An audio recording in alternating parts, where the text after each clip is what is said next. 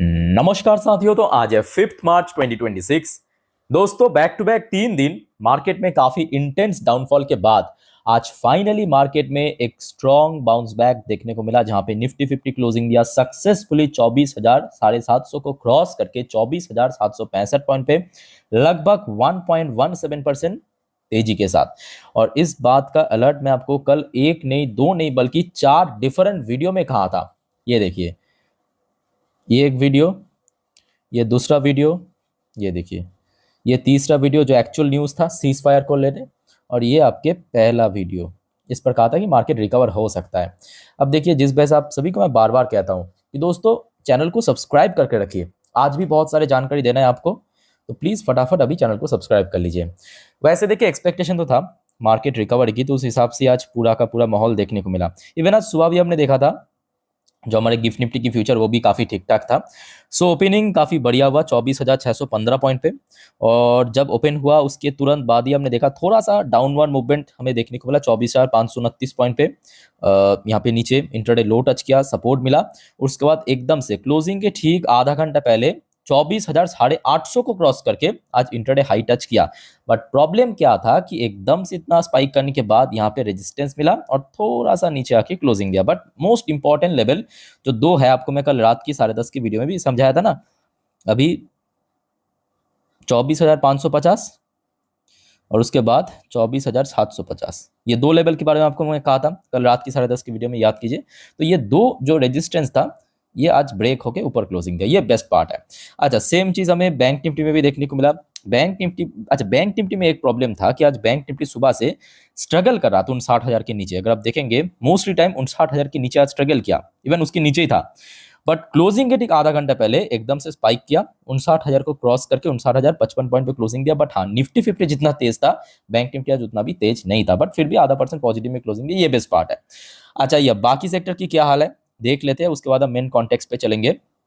MNC sector अच्छा था, 1.18% ऊपर क्लोजिंग दिया। सीडीटीवाई सेक्टर भी 2% ऊपर, मेटल सेक्टर भी 2-2.5% ऊपर।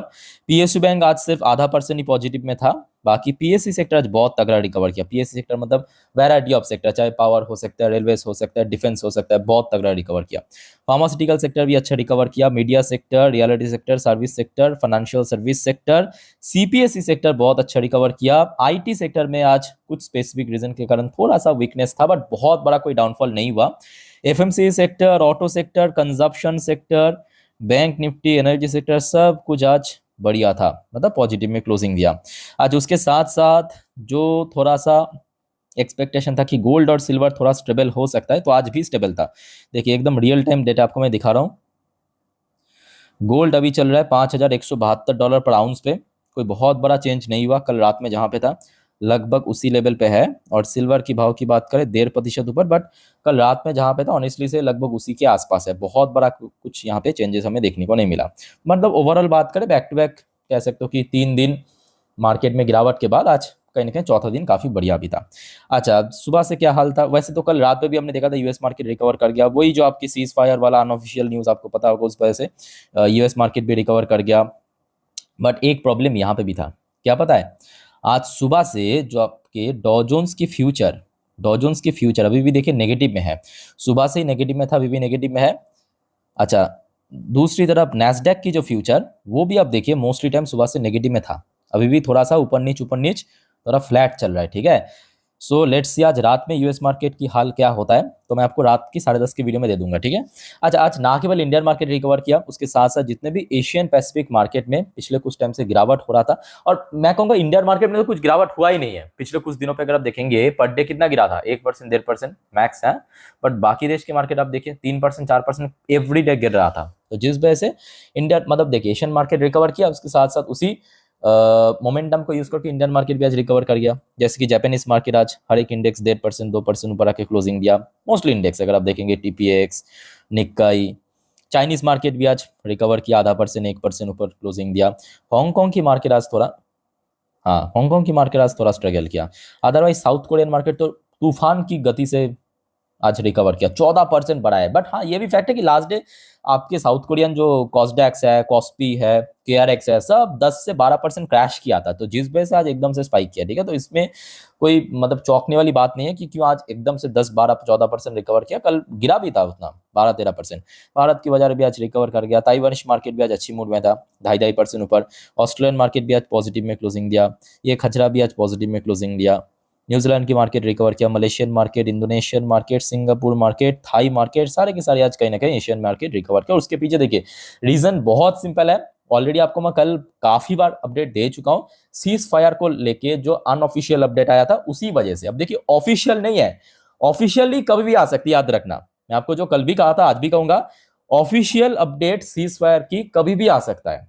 अभी तक आया नहीं है, कभी भी आ सकता है। आज मिडनाइट को भी आ सकता है, कल सुबह भी आ सकता है, परसों भी आ सकता है। आते ही मैं आपको इन्फॉर्म कर दूंगा, डोंट वरी। अच्छा, क्रूड ऑयल की प्राइस अगर आप जिस वजह से देखेंगे, परसों जिस रेट में था, कल थोड़ा सा ड्रॉप हुआ था। अभी भी अगर आप देखिए यहाँ पे लगभग मतलब चार्ट में तो 2% आपको ऊपर दिख रहा है, बट अल्टीमेटली $80 पर बैरल के नीचे है। जबकि परसों याद कीजिए $82 पर बैरल पे निकल गया था। और उसके साथ साथ दोस्तों मोस्ट इंपॉर्टेंटली इंडियन करेंसी की वैल्यूएशन में एक बहुत बढ़िया गेन हमें देखने को मिला। कल रात तक कहां पे था याद कीजिए जरा, 92 के ऊपर चल रहा था, 92 प्लस में चल रहा था, 92 से ऊपर। अभी आप देखिए 91.61 पे पहुंच चुका, मतलब प्राइस गिर गया, वैल्यूएशन बढ़ गया, प्राइस गिर गया, वैल्यूएशन बढ़ गया। ठीक है।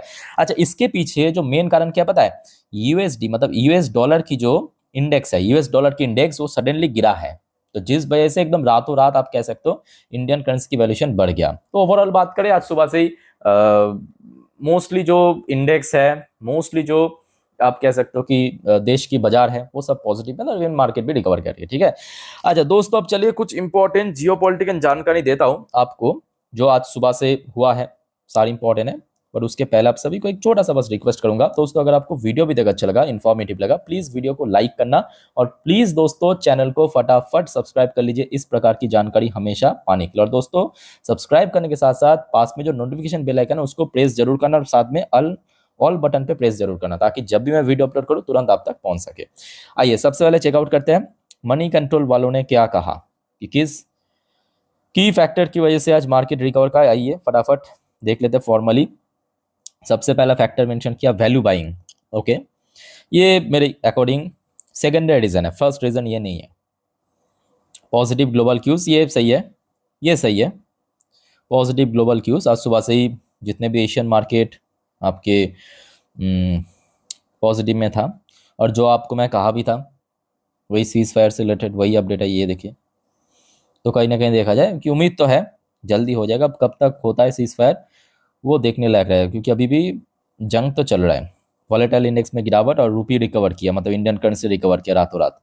ऑयल प्राइस स्टॉक में भी आज बहुत अच्छा मूवमेंट था। तो ये यहाँ पे कुछ फॉर्मली यहाँ पे पॉइंट मेंशन किया। बट उसके साथ साथ दोस्तों अभी की अगर हम बात करें ना, आपको याद होगा कल रात में मैं आपको न्यूज़ दिखा था, मैं आपको दिखाना चाहता हूँ, ध्यान से देखना। ये कल रात की 12 बजे की जो वीडियो था, यहाँ पे आप बीचों बीच में आप देखिए जो येलो वाला पार्ट में ध्यान से देखना, येलो वाला पार्ट में कुछ लिखा है। क्या लिखा है देखिए, यूएस ईरान का वॉरशिप डुबो दिया।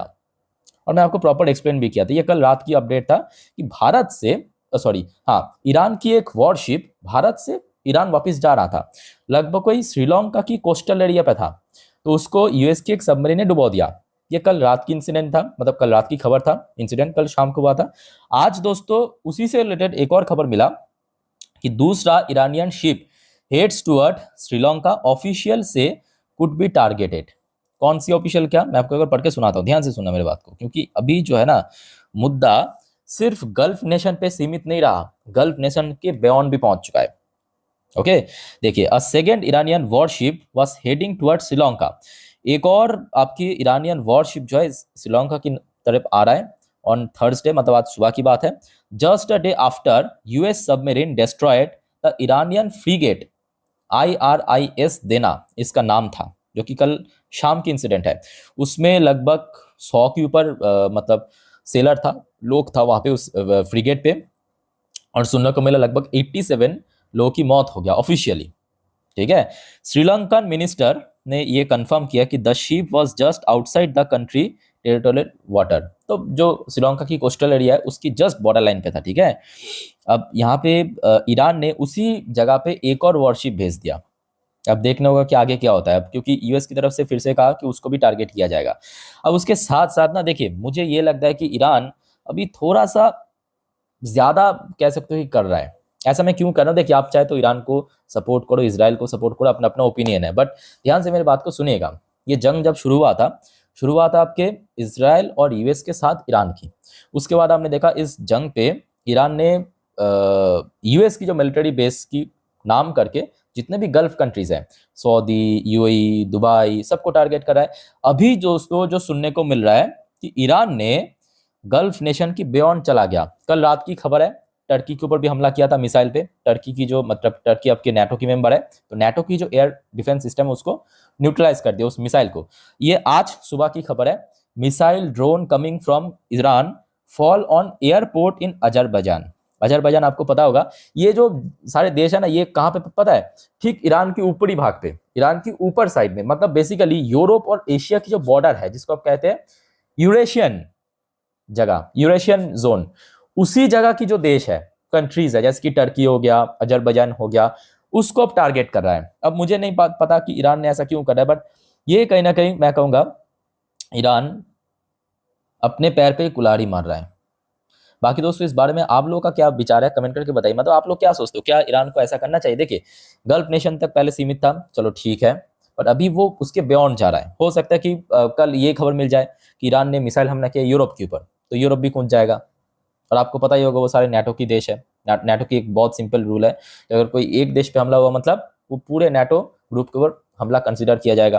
तो कहीं ना कहीं वो थोड़ा सा आप कह सकते हो कि एक्सट्रीम लेवल पे पहुंच सकते हैं। तो मेरे हिसाब से ईरान को अभी थोड़ा सा सोच समझ के यहाँ पे जो एक्शन लेना चाहिए। ये देखिए, missile and drone flying from the direction of Iran fell on the territory of the airport in the Azerbaijan. Azerbaijan की जो एयरपोर्ट है वहां पे गिराया गया है। लेट्स सी आगे क्या होता है। बाय द वे, अब मोदी जी की तरफ से फाइनली लगभग 4-5 दिन बाद इस मुद्दों पे एक कमेंट आया है।